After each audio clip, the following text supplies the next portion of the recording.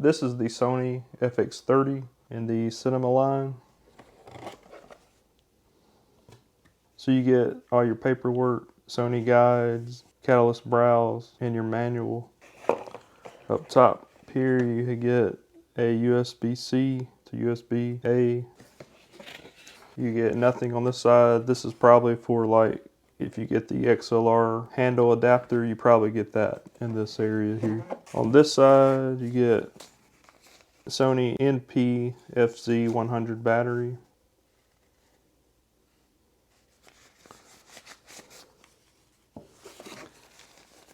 And then you get your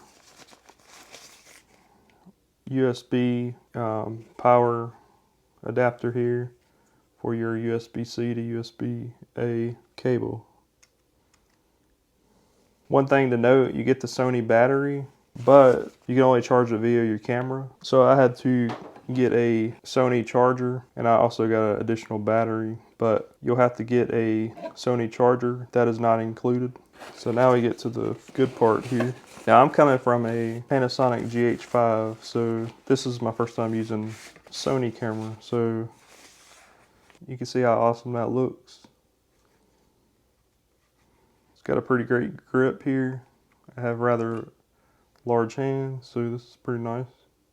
You get the cold shoe mount. It has a flip out screen.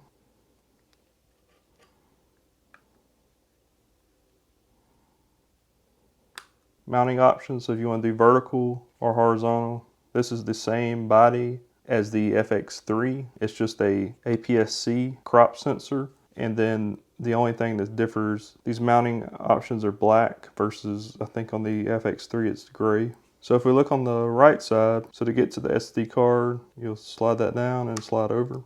It has 2 slots. You could do standard SD cards. It's got dual slots, so you have backup in case one of them were to go bad or something. You could have a backup rolling at the same time. You could do standard SD cards or CF Express A cards. On this side, if I open this, you get a full-size HDMI port, which is nice. If you want to hook a monitor to the top, you could do so. If I open this bottom one, you get a multi-port there and a USB-C. And this is where you would hook your charger to if you're not using the a separate battery charger. Then you get a headphone output and a mic input. If I'm using this outside, I may use a Rode micro mic on top, or either the Rode Wireless Go units, and that'll connect to this red area here. You have multiple buttons that are already assigned, but these could also be customizable. And those are on the front as well. You got a record button, but you have tally lights. The screen will also light up around the edges when it's recording. You have different lights that will light up to indicate that it's in recording mode. And then you have the E-mount here. So you have a touch screen, a touch flip screen on the back. And as you'll notice, there's no viewfinder like most cameras have. So this is mainly for video. You can take photos with this, but it's not really a photo camera. This is the GH5 that I have also. This is a comparison in the size.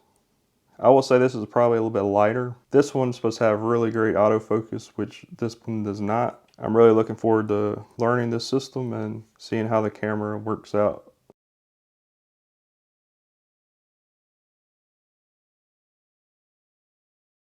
This shoots 1080, 4K, in the different frame rates. So I look forward to testing this out. But this is a look at the Sony FX30 cinema line camera.